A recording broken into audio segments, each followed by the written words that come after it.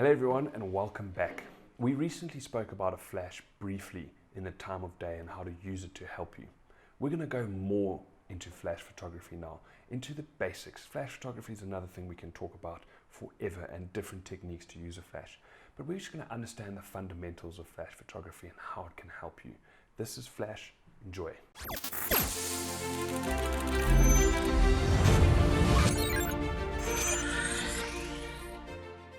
Firstly, let's talk about what is a flash or a speed light. Usually lower end cameras have a flash built into the camera itself.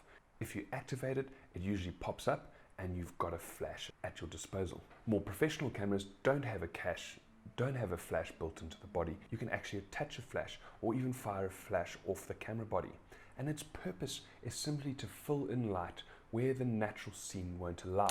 It could be a shadowed face, it could be a very dark scene and you just need light on your subject. There's an artificial source of light that you can use to push light into certain areas of your frame. So why use a flash? Where is a flash useful? We're going to go into some uses of a flash and where it can really help your creative process. And we can split the use of a flash into two different categories: supplementary and creativity. And the difference between the two is quite simple. Supplementary, you supplement light where there is none. Creativity is you purposefully use a flash for a creative project, a creative vision. There might be enough light, but the flash is there as a creative tool to create something different. Firstly, on a supplementary subject, if we come across a scene, which we often do in wildlife, in portraiture, in many genres of photography, is when we have the light coming from behind our subject. The problem with this is trying to expose your subject correctly as well as retaining the details in your background because it's so bright. If you expose your subject correctly, this background gets too bright and you lose all those colors and potentially all the details. If you expose the background correctly and you retain all those details and colors, your subject gets too dark and you lose all the details on your subject. So what you do, you expose for the background and you use a flash to cast light onto your subject. That way your subject has details and your background is correctly exposed. On a less extreme level, we can also use a flash simply to fill in shadowed areas of our subject. One half of our subject might be perfectly lit by natural light and we want the flash to just cover the other half. And we can place the camera and we can place the flash off body. This is when the use of a flash is very, very useful. Another use for a flash is more on a documentative basis.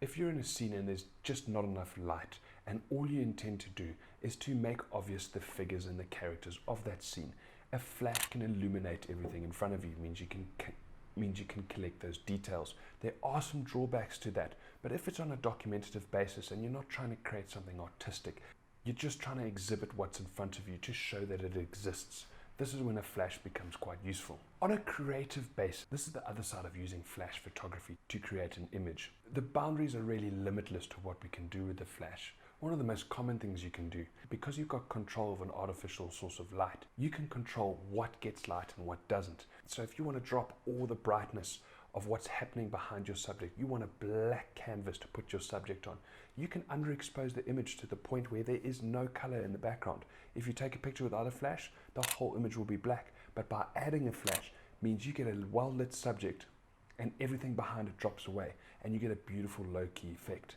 You can even put the flash behind your subject and have that light coming from behind your subject where you get a nice profile or a nice silhouette of your subject. There's many different approaches and sometimes it works really well.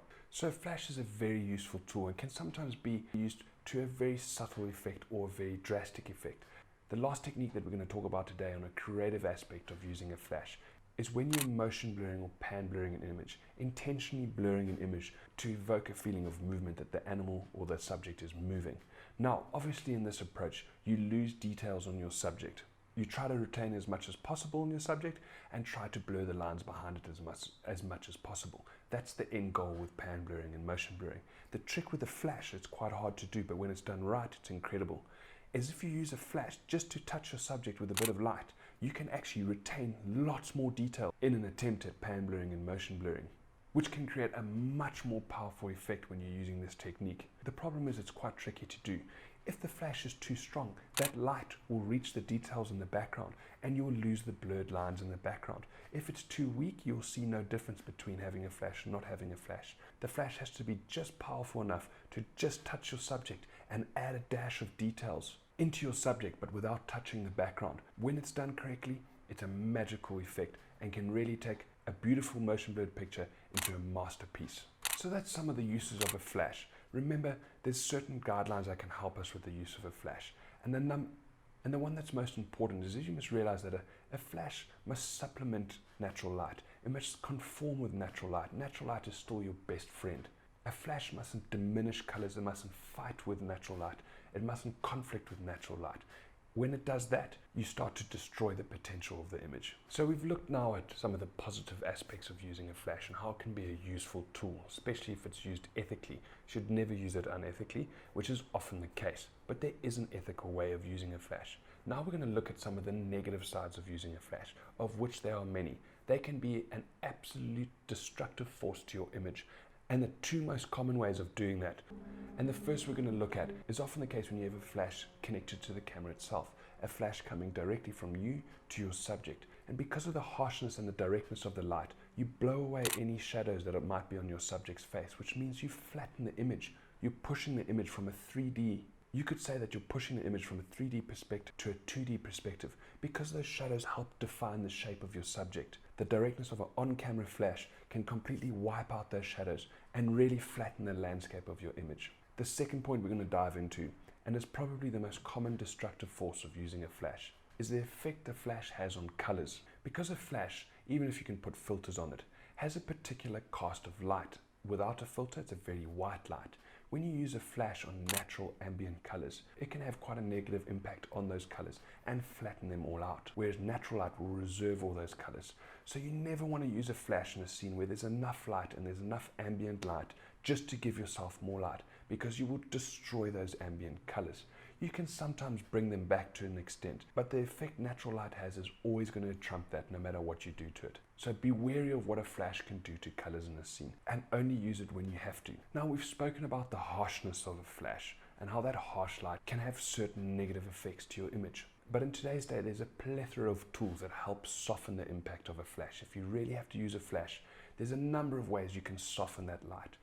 A flash on its own casts a very strong light, which can make shadows too dark and highlights too bright, and can be quite destructive towards your image. And there's many answers to fix that problem these days, from handheld diffusers that literally attach to the flash itself, to studio umbrellas which are taller than me and spread the light out and soften it. But there's even easier ways of softening the impact of a flash. The first thing you can do is simply distance the flash from your subject. Take it further away. That way the light can spread out for a longer period of time and land softer on your subject. And one of the most effective and easiest ways of diffusing a flash is actually bouncing it off walls towards your subject. If you're shooting indoors at a model, for example, you can actually point the flash at the wall. It's obviously better if the wall is white and can reflect light a little bit better, but by pointing the flash at the walls next to you or above you, you can bounce light onto your subject. And by the time it bounces off the walls and gets to your subject, it has been diffused greatly and lands much softer on your subject. So there's many ways of diffusing the light that lands on your subject created by a flash.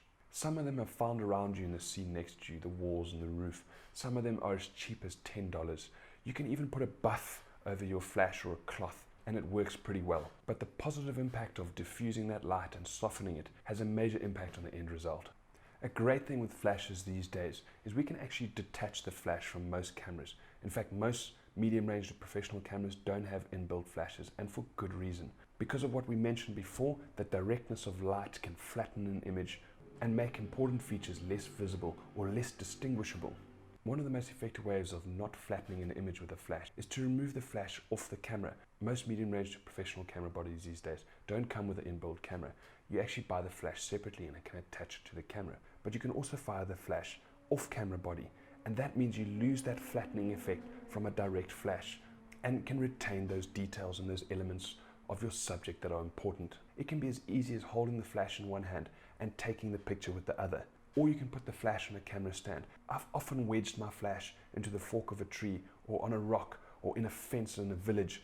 There's so many different ways to move the flash off the camera body itself, and you get a much better effect. And you don't flatten the landscape of your image or the landscape of your subject. It is rare these days, especially in a supplementary aspect, where having the flash on the camera itself or have as good an impact as having the flash off the camera at a different angle. It is usually going to be better to have the flash off the camera. Now, in some wildlife situations, some that we've mentioned before, where you're just trying to fill in a bit of shadow that's on your subject's body, you probably won't have time, or actually can't at all, put the flash off camera away from you and your subject. It's a wild animal. You might be confined to a jeep, you might be confined to the area that you're in. So in that case, when you're filling the shadows on your subject's body with light, it's okay to shoot with the flash still attached to the body. But where you can, removing the flash off body is going to have a better impact on your image. To end off, let's remember, apart from the creative approach with the flash, when you're intentionally using a flash to create something creative, artistic, something different, when it's used in a supplementary manner, natural light is always going to trump the light produced by a flash, no matter what filter you put on it. So where possible, use natural light. It might be as simple as opening your curtains, changing the scene, changing the area, changing your angle. If possible, use natural light, but where needed, a flash can be a very useful tool. That's a bit of flash photography. We're going to go further into it in other episodes, but for now, they're the basics. I hope you enjoyed, and I'll see you for the next one. Cheers.